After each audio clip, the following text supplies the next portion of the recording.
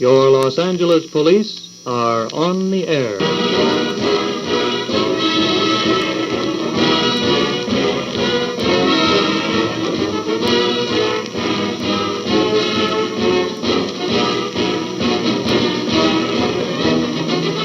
Through the cooperation of Warner Brothers radio station KFWB, the Los Angeles Police Department presents On the Beat, a half-hour radio show featuring music by the Los Angeles Police Band under the direction of Officer J. Edmund Berg.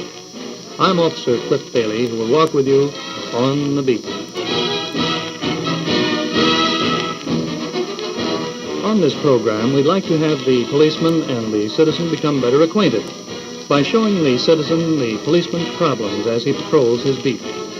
With mutual helpfulness and understanding, many crimes can be prevented. Remember, the policeman in fighting crime needs the friendly support of every Los Angeles citizen.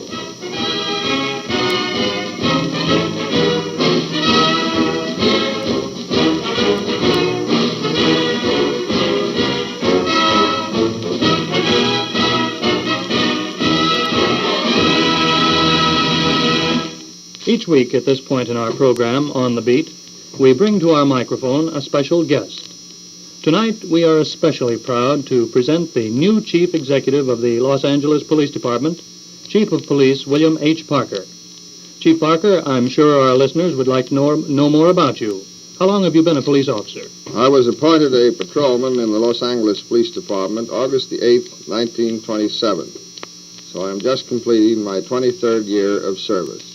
Well, Chief Parker, during those first years on the department as a new policeman, did you ever think then that one day you would be chief of police? No, I gave it very little thought. Of course, as other young men who entered the department, I was ambitious to progress through the ranks and thought more about the rank immediately ahead than the ultimate high command of the department. Well, Chief, is it true that you are also a lawyer? Yes, I completed my legal studies in 1930, received my LLB degree, and was successful in passing the bar examination that same year. Well, then, you started your law studies before you entered the department, did you? At the time I started the study of law, I was a taxi cab driver in the city of Los Angeles. Oh, is that true, Chief? I read many of my law while waiting for customers. Well, I imagine in those days that there was more waiting time between customers than there is today in our busy city of Los Angeles. Well, that is correct. The taxi cab business at times was in a lull. Well, Chief Parker, I know that you were a veteran of World War II. Where did you serve? I entered the Army of the United States in May 1943, and after some courses at Fort Custer, Michigan, and Harvard University, I was sent to Africa as a military government officer. And from there I went to the island of Sardinia, where I served with the Allied Commission that was established to govern the island. Well, how long were you over there overseas, Chief? 26 months in total. After leaving Sardinia, I was sent to England to do some work in the pre-invasion planning in preparation for the Normandy invasion. Oh, yes, I see. Well, I heard also that you were awarded the Croix de Guerre by the French government, and that you also earned the Purple Heart. 5 days after crossing Omaha Beach into Normandy, I was the subject of a strafing attack by a German Messerschmitt and received a slight head wound. And, of course, that automatically entitled me to the Purple Heart. I see. And then after going into Paris, I spent 8 months as the executive officer to the military government officer of Paris. And for the work done there, the Free French government awarded me the Croix de Guerre avec étoile d'argent, which means the Croix de Guerre with Silver Star. Chief Parker, would you care at this time to make any brief statement of your policy? Police service depends upon certain fundamentals. Certainly, we intend to enforce the law, but not in any harsh or unreasonable manner. It is essential that a police department be both honest and efficient. And if we have those two elements in our organization and give proper consideration to the rights of the citizen, I'm certain that we will receive the support and cooperation of the good citizens of this city and do a good job. Well, Chief Parker, I can speak for the members of the Los Angeles Police Department when I say that we are 100% behind you. And I'm sure that Los Angeles citizens will be justly proud of you as our new Chief of Police. Thank you, Chief of Police William H. Parker, for being our guest this evening on The Beat. Join us on The Beat next week at this same time for more music and entertainment designed for your listening pleasure. Until then, this is Officer Cliff Bailey ringing in and reminding you that crime prevention is everybody's business. Make it your business, won't you?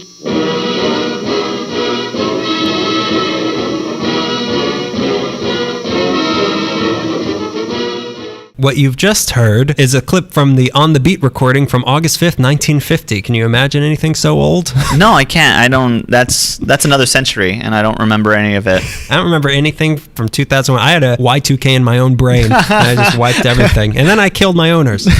So, hi. Hi, everybody. Hey, everybody. I just admitted to murder. Hi. Owner side isn't...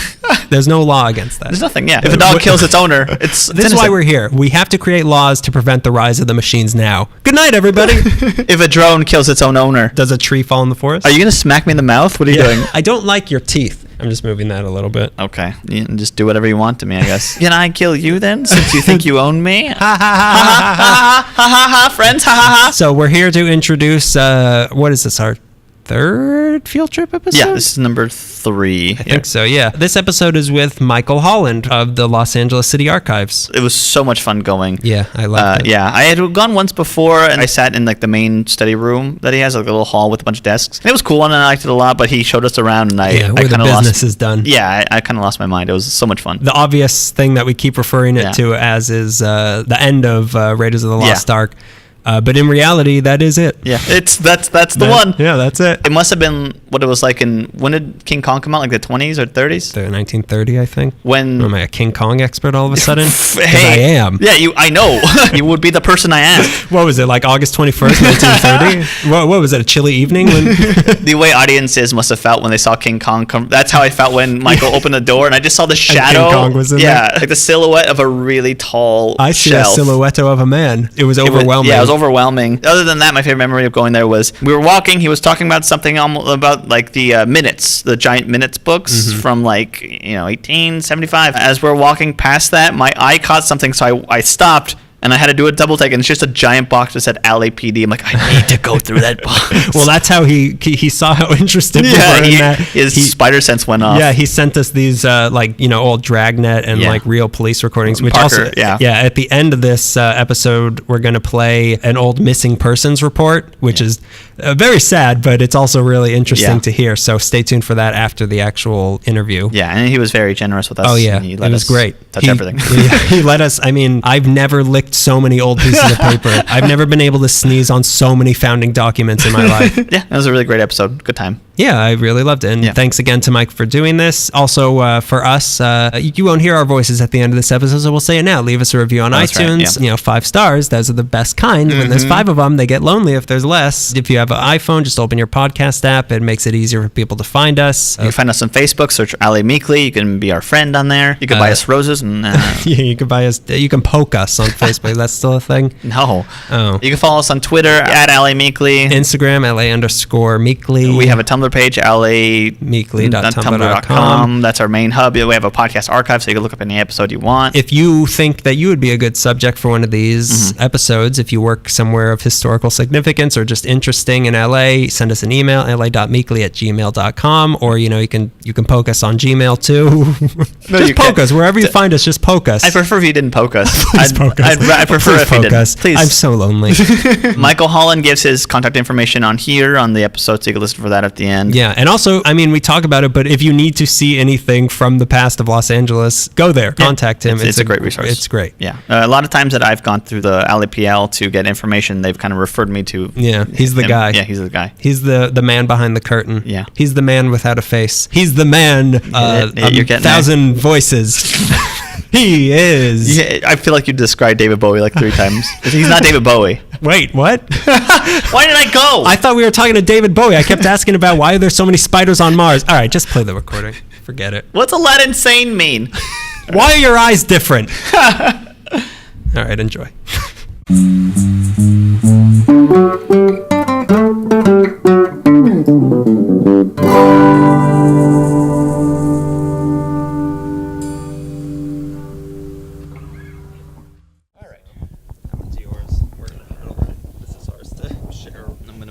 around you.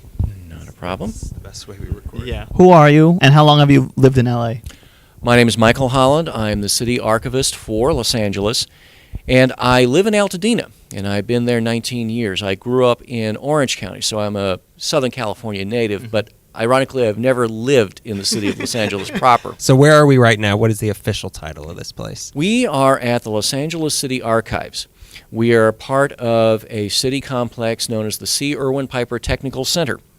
We are downtown Los Angeles, and our street address is 555 Ramirez Street, and we are a half block east of the Patsaurus Travel Center at the Union Station Depot. So what do you do here? What are your roles and your duties? As city archivist, I manage the historic city government documents that the city of Los Angeles has generated as early as 1827 up to the present. Now that takes the form of council files, council materials such as meeting minutes, whether they're in written form or audio form or video form. We have supporting materials for a lot of city departments such as annual budgets, annual reports. We have some council-matic collections, meaning materials from city council offices. We have several photograph collections. We have a map collection. We have film and video collection. We have a lot. We have some ephemera as well, but so we have those types of materials that we house, and we make those available to pretty much anyone who wants to see them. We are open to the public, and so that means that the members of the general public, as well as city employees, journalists, scholars, you name it, people come in through our doors all the time. Because you were saying about the footage from like the riots and all that stuff, and the documentary crews that were coming in for all of the things. Do a lot of documentary crews, or like even just like regular movie crews, do they come in here to get information on anything they might need? We don't get that much contact with mainstream film or television production. Once in a while, someone may want to come in to get a shot of our record center, which, when you saw it, it's visually impressive as far as how far the aisles go, how high up they go, how many boxes, and so there's a visual wow factor that some people seem to enjoy. You know, you think last shot of the Raiders of the Lost Ark, and that kind of paints a picture for you. The materials that you're referring to had to do with the 1992 riots that took place in the city. And these come from the LAPD video collection, because LAPD has been making their own training materials for use at the police academy since the 1940s. And so that means they're constantly documenting everything going on around them as either demonstrations of teachable moments when things go right, and okay, how could we do this better next time when something goes wrong? And so to that effect, they have video, hours and hours and hours of video of all sorts of things going on in the city. Some of them are of historic value, such as the 1992 riots that you mentioned. Yeah. We just went through the 25th anniversary of the unrest, and about a year and a half ago, well in advance of the anniversary, documentarians were asking for footage. They were looking around for people with home movies. They contacted us, hearing that we had some, and we do, quite a bit as a matter of fact. And by the time everything had premiered on television and had been shown, there were 5 productions that I knew of and 4 that we had actually contributed materials to. Amazing, yeah. Now, so that means that these 5 companies got the same material, but each one put their own different spin on it. Okay. Who did it best? And well, that's not my job to say who did it best. The bottom line is that we provided the same exact access. Yeah. And it was up to the producers themselves to take it, spin it the way they wanted to, put it together the way they wanted to present their version of the story. And that's really what we're about here. We just provide access to the information. I don't offer interpretation or commentary very often, simply because that's not my role. Yeah. My role is to make the stuff available and to make that as easy as possible and make it as available in as many ways as possible, especially with all the digital technologies and things that are easy nowadays. Well, you were also saying because there wasn't much of a fee for them to look into that sort of thing. Because when you were telling us, I was like, oh, they probably made a nice profit off of this. But that's impressive that I'm sure most people don't know. It's just there. Like they don't. Yeah. Well, that's because these are public records. These are basically taxpayer created. The taxpayers paid for LAPD to go out and shoot all of this stuff. They pay my salary. And so unless there are very specific, legally binding restrictions, my job is to make this material as available as easily and completely as I can. Yeah. Now, in the case of videotape, I have the ability to provide them with a very low-grade screener quality. If they want something high-end for broadcast purposes, that's what they're going to have to pay for out of their own pockets. I have a vendor that I use who I trust with this material, and I basically deliver the material to him. He and the producers work out a schedule and a price, and then I pick up the materials when they're done. My only request is that I get a high-definition quality reproduction of everything they're copying. So that way I am backing up my original materials with at least one more, if not more, digital copies. Great. For the future. And of course, the documentarians and producers, they're also in charge of doing all the rights and clearances. My job is to make the stuff available. I can demonstrate any number of ways that this is the property of the city of Los Angeles. This was created by Los Angeles. If their lawyers aren't convinced, that's up to them to work it out. Okay? Your job's done. Our job is to make the stuff available. The rest of it is up to them. Right. Just to go back to some of your duties here, can we go over how massive the room is in there? Because just a side thing, you also offer tours, right, on Saturdays? Do. Okay, great. I do. Just so people listening can one day come and see how incredible that room is. But just if you can go over the size. You're talking about the City Record Centers, one of two storage rooms that we have here at the Records Management. That space is 45,000 square feet. It has a storage capacity of 190,000 boxes of approximately 1 cubic foot each. Those are where the operating records or the temporary records for most of the city departments are kept. Now, they're not complete. We don't have all of the city records in one location. Every department has materials they keep for themselves because they're actively using them, so they want to keep them close at hand. In some cases, they may have materials that they just want to keep for themselves, and they can, in fact, keep them restricted access, and so they're allowed to do that. There are specialized records such as LAPD evidence. LAPD has specialized storage because they are investigative materials. There is no reason in the world why anyone else outside of an LAPD detective or investigator would want to see these things, and so they will never be found here, and frankly, I'm perfectly happy with that. They can keep as much of that stuff as they like, and they do. DWP and Airport are two departments that we don't have materials for because they're big enough. They have their own storage, they have their own archives, and so they have their own policies on how materials are accessed. Harbor is a relatively recent addition to our collection, and for a long time they were also proprietary in that way, but they've decided they want to do a little bit less of that. And so now we have a lot of Harbor Department materials that basically haven't really been available for many, many years, and so now they can be looked at. Because you've been doing this a while, do you get overwhelmed? Because that was when we saw all those things and thinking about like trying to find something or trying to digitize these, like I almost fainted thinking about having to deal with that. The sad reality of that is that there is more material in the storage here to be digitized that I will be able to do in my lifetime. And so I got over that one relatively quickly. I could do nothing but digitization every day for the next 20 years and still not be done. I am hoping, however, that between now and that day in the future, that we will have things in place to where that kind of work can continue and will go forward, and whatever the new technologies, the new opportunities that are available to us at that time, we'll be able to take advantage of. And the more ways we can make these materials available to where people are looking for them, that's what we want to do. We're not going to be cutting edge, but we want to at least be close enough that we can make an impact. and make a difference. What is this place's role in the city? Well, our primary role is to inform not just the city government, but really anyone who wants to come in and do research.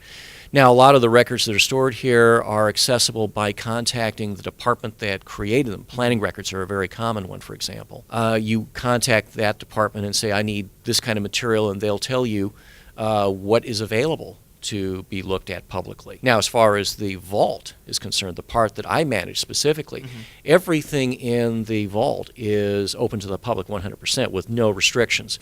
The only caveat is that since I'm really the only full-time staff, letting me know in advance what you want to look at would make my job easier because I can make it available.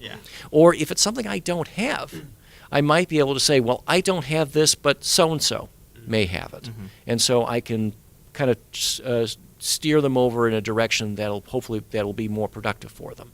Because we don't have everything. As a matter of fact, the type of material we have is very, very minutia-driven, very, very specific to government, very, very primary. And so that means there's a lot of types of materials that aren't going to fall in that description. I know there's a lot here. What's the most important thing here, in your opinion? The most important thing here is really whatever someone really needs the most. Right. I mean, everything in here is going to be subjective.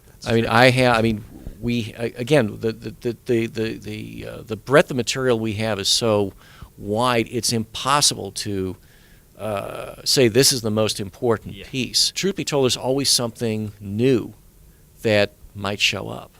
And that might be the most interesting find of the day. One thing I love about this job is that I learn something every single day when I come to work. That may not have been my goal when I got in the door in the morning, but I always learn something because someone is going to say, hey, I need to find this. And I'll find it for them. I'll learn something in the process.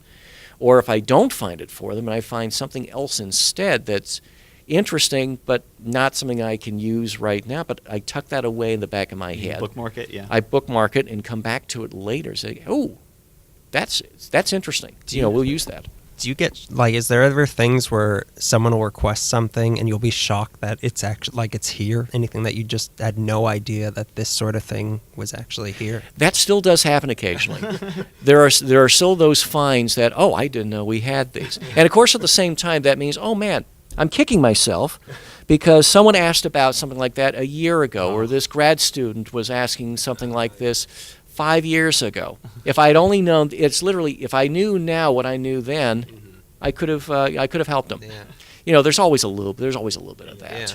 I guess that's part of accepting that mortality will come and this won't be digitized. Well, a friend of mine was a biographer of a very well-known silent film actor for a number of years. Knew everything about him. Was probably the leading expert on this guy, and so he wrote a definitive biography. 6 months after it was published, some material comes out of the woodwork from basically this guy's agent's family that cleared up a lot of the things that were still unresolved, 75 years later.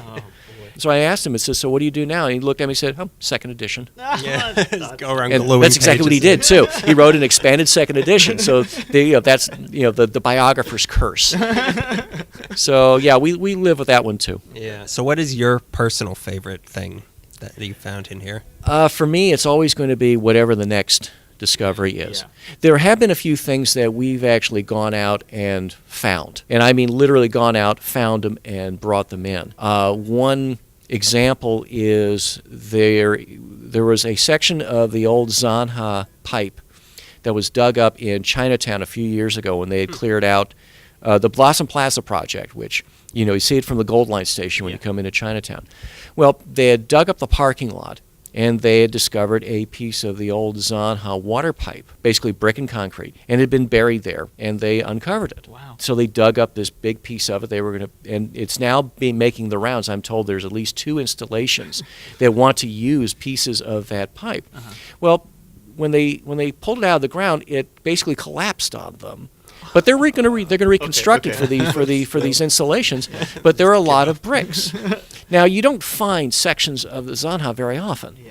And that was the kind of 3-dimensional artifact that we really don't have very much of. And so I decided I had to get one. Yeah. I had to get some of these bricks. And so I worked it out with the council district office who represented the area. Guy from Public Works was also interested, so we kind of pooled our energies together and Give me the bricks. and so we went down there. We picked I picked about 3 or 4 of them, and he picked a few for his collection. And so I've got them in the vault now. Don't know exactly what I'm going to do with them, but really, but the key thing was to take advantage of the opportunity to get it. Yeah. And so every time I take the Gold Line in and we stop at the Chinatown station, I look over and I see that completed Blossom Plaza project, and I remember the hole in the ground that used to be there a couple of years ago, and I think to myself, I'm glad I did that then, because there's no way in hell I can do it again. That opportunity has come and gone. I was there for it. And so those sorts of things pop up occasionally. Okay. Yeah, there aren't a lot of, like you said, like 3-dimensional. It's mostly like, books and maps and paper and things like that. Where do those, if they find, a mission bell or something, like where does that go if they find that sort of thing in the city? Ooh, I don't really know. There probably would be. I guess it would depend on who would find it more of interest. Yeah, like the Natural History Museum or something. Well, the Natural History Museum would be a good choice. An example, say like a mission bell, for example. Well, there you have a little bit of competition from possibly the Archdiocese. Oh, that's true. The Mission San Fernando is where the Archdiocese archives are. Now, of course, they are, one of the older missions, and so maybe they would be the best repository for that. Maybe the History Museum might be good for it. Be an interesting fight over it. Maybe even El Pueblo. Over the old city center. I think some of that is on a case-by-case basis. Whatever turns up today may, and there's some things that we've been asked to take in, and we've turned them down. We don't do donations terribly often. Someone presented some materials of some scrapbook clippings and some materials related to the 1932 Olympics here in town. Well, we don't really have that much in the way of Olympic material, although we do have some '84 material. Because there's a rug on the wall right next to it. But in that particular case, we decided, we're probably not the best source for that. We actually talked to we referred them to the LE84 Foundation, right? Yeah. Because we knew that they're kind of on the hunt for Olympic materials, and so we figured it's more up their alley than ours. Yeah. And so we just we let them take that. The teamwork is nice. I like that. Well, we try to be more collaborative. Yeah. I mean, we've done projects with Public Works and the library, El Pueblo. The California African American Museum has got an exhibit right now. We've got materials with. It's kind of frightening for us to realize that we actually have things people want to exhibit. Yeah. There was an exhibit at Princeton a couple of years ago, and they said, "Hey, can we get a hold of some of your planning department reports and studies for this thing?" They were contrasting 3 cities, Los Angeles, Chicago, and New York. And so they wanted to have urban planning type materials from each of those 3 cities. And so they contacted us, "Can we use some of this?" Sure. So we let them, they told us what they wanted. We sent it off to them. They came back beautiful, in perfect condition. And no, it's just something that we've always been something that we've taken in materials and we've kept them and we've held them, and they're used here. But being a lending institution is something new for us. It's something that we really didn't do very much of until maybe 4 or 5 years ago. And so our role is changing and expanding, and we're anxious to do it, but we also have to be cautious too, because we are dealing with a lot of irreplaceable public materials. Yeah, I was also, because there's so much flammable stuff that's in there. Like, how is that? I'm assuming, obviously, there's like a lot of sprinkler systems and things like that. But well, that was one thing we didn't touch on. But in the record center, in the big warehouse, there is a sprinkler system in there, and so if something happens, the sprinklers will go off and things will get wet. In the vault, that's a different story, because we have a lot of it is old paper. And so you don't want water anywhere near that. I didn't show you this, but there are a couple of big red tanks that have a halon gas. What that stuff is supposed to do, there are basically jets in the ceiling, and if we trigger the alarm, it's basically one of those where you have a key and you turn the key and push a button. Yeah. An alarm goes off, and you have 30 seconds, is my understanding, before the gas is released. The idea is for everyone to get out of the space, because what the halon gas is supposed to do is it emits from the ceiling, and on its way down, it pushes all the oxygen out of the room to put out any potential fire. Okay. So that way, it's basically a waterless fire suppression system. That's great. We've never had to deploy it since it was installed in 1981, and it's a good thing, too, because we can only use it once. No, halon is now recognized as a CFC fluorocarbon. It is destructive to the ozone layer, and we cannot replace it. Okay. Now, what do we replace it with? I have no idea. Full-time fireman. Yeah. Hydrogen. So, I am hoping that we'll be able to get through the next 20 years and not have to deploy Yeah, I had it. no idea we were in a gas chamber for the last half hour.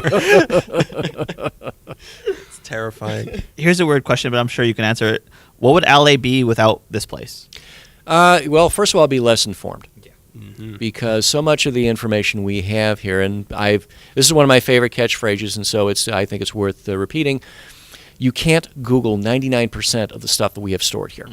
99% of the materials that we have in storage here are not digitized. And so that means that if you go online trying to find all of your answers, you're going to be woefully underinformed. And when push comes to shove in the critical competitive environment that we've got today, where you need to be right as often as possible, We know. you're going to be wrong, a lot of the time. One of the things that I haven't quite been able to get around to it yet, but another one of my outreach projects is to get in touch with some of the high school history classes, because when they need to do some of their history projects, and if they do their local city history projects, this is one of those resources that I personally believe they could definitely benefit from. And to throw in by the way, if you ever need a competitive edge on your classmates who are going online and using everything online instead of actually doing good old-fashioned, old-school, hand-based research, you come into our office, I guarantee you'll get not only you'll get the A, because you'll have materials here that no one else will have access to. That's right. Unless they all come in at once, and then they're all dealing with the same things, and then it's just however they choose to present it. Yeah, it's like the documentaries all exactly. over. It's exactly the same thing. I'm a library and information student, or I was, and right away they told us, only 14% of information is really digitized at this point. And every once in a while I'll have to go to the library and look up some old newspaper, and I'll find something that I can't even find. After I knew it, I went searching online for it, I couldn't find any information. It's a lot out there that's not ready for everybody. You were saying this is like the primary source of the city. Yeah, I mean, most of the stuff we have in here is primary. In other words, the city created it, or it was given to the city from maybe another source. Yeah. But most of it was actually generated by the city. Now, whether you choose to accept the city's version of facts or not, that's entirely up to you. Yeah. But the source of that information is mostly beyond dispute. The next question, what's the strangest thing that's ever happened here? The strangest thing that's ever happened here. There isn't one thing really that comes to mind. Because we are open to the public, occasionally we'll have people come in who probably are not our kind of clientele. Okay. I can't be more specific than that, because when you're open to the public, and especially and if you've ever and the people who hang around libraries. Yes. Same same sort of thing. Although because the actual facility here at Piper Tech is actually a little bit more secure. As a matter of fact, if you drive onto the property, there's a great big yellow "No Public Access." Now that doesn't refer to us, and I'll explain why. Almost every space here at Piper Tech is basically closed shop. Part of the Department of Transportation is here. General Services is here. Part of the LAPD Crime Lab is here. The air support unit for LAPD and the fire department are here. Yeah. So you have a lot of offices here that, if you aren't a vendor or if you're not an employee or you have some specific business, other than that, you have no reason to be here at all. However, there are 2 exceptions. And we're one of them because, again, we're open to the public, access to public records. The other is the Elections Division. Oh, right. And so the Elections Division is actually over here on the 3rd floor as well. And, you do not interfere with the democratic process. And so they're open to the public, we're open to the public, and that's it. So any sort of character who is wandering around has only 2 places they can really safely wander into, and that's going to be ourselves and the elections. And generally, if someone comes into our office, we'll send them over to elections, and we know elections does the same thing to us, so it's fair. But no, collaboration we were talking about. But no, to be serious for a minute. The most serious thing that's ever really happened over here is back in 1985. There was 1995. Okay. There was actually a worksite shooting. Oh boy! Here, not in this office, but actually here at Piper Tech. It was on the 1st floor. As a matter of fact, we've got a little courtyard here on the 3rd floor between ourselves and where elections is. Yeah. And there's actually a commemorative plaque, basically commemorating the 4 guys who were basically shot and killed. Wow. And every July 16th, I believe, is the actual anniversary. Someone comes and lays a wreath at that plaque every year. And so that's one of those moments where, whatever else is going on, you take pause for at least for a minute to realize, this real stuff happens here. Yeah. It's not all just historic records. It's not all just elections. It's not real people. Things happen. Yeah.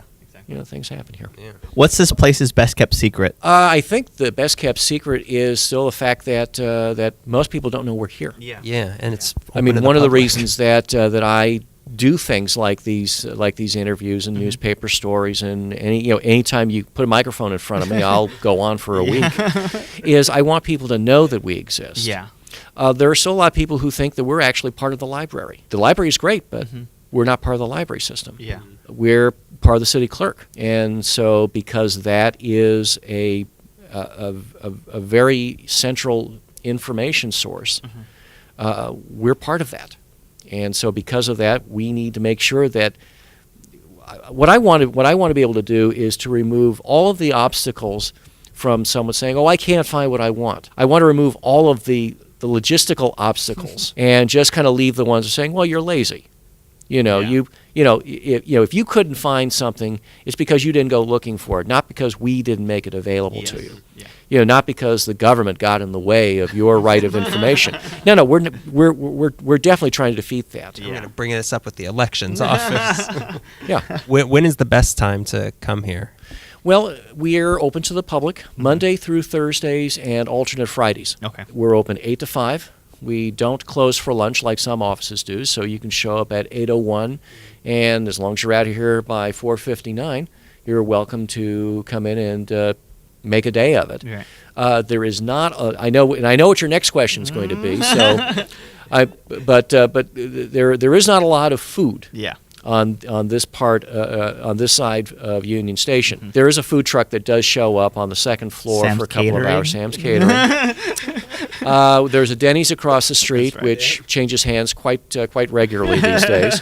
Other than that, your best sources of nourishment are either going to be going through Union Station, and it's actually a pleasant walk. You go through the tunnel, you go through the historic Union Station, which looks gorgeous now. And there's a couple of restaurants in there, a couple of little places to eat. Or you can go 1 block further if you dare and cross Alameda and go to Olvera Street. And there you're in the heart of, the oldest part of the city of Los Angeles, and there are several good restaurants over there. Yeah. There's even a new white tablecloth place that just opened up. Oh, cool. So they're trying to create a place for people to go after work instead of just closing, rolling up the sidewalks at 6 o'clock, Yeah. like The they have been tourist for so many leave. years. Oh, I can ask the other question. Sure, go ahead. The other last question. Yeah. Where do you eat? Where should you park if you want to come here? Because we're close to Union Station, I strongly suggest public transportation. Okay. You can take any of the Gold Line, the Blue Line, the Purple Line, the Red Line, any of the buses, Amtrak, Metrolink, any of the transportation systems that'll get you to Union Station. You basically walk through the tunnel, go out the Petsaurus Plaza side, cross the street, and Piper Tech is pretty much right there. And so it's easy in that respect to get to. And again, public parking is possible here, but as I mentioned before, the little public access policy does sometimes work against people actually driving onto the property. Right. However, if they're successful in getting onto the property and driving on, there is open air parking up on the 3rd floor, which is the same floor that we're located on.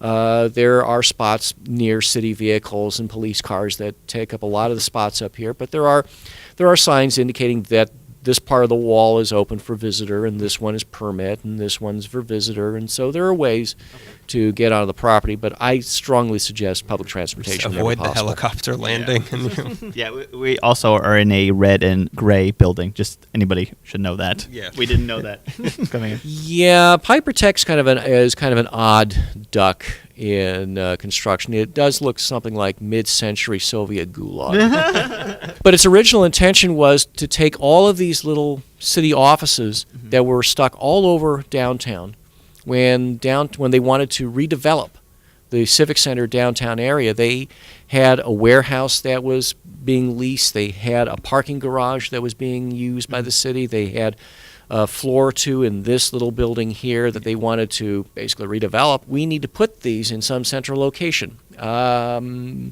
Let's put it over here. Let's put the Piper Center right here because we own that parcel. Yeah.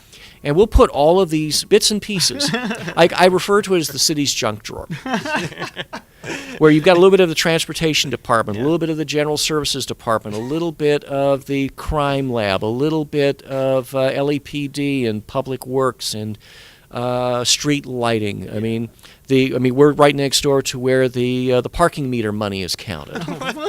So there's also a good luck getting in there. The armored truck drivers carry guns. Okay. Never mind. So if you see a nickel outside our door here on the loading dock, leave it alone. How well protected is their vault? I want to get in there.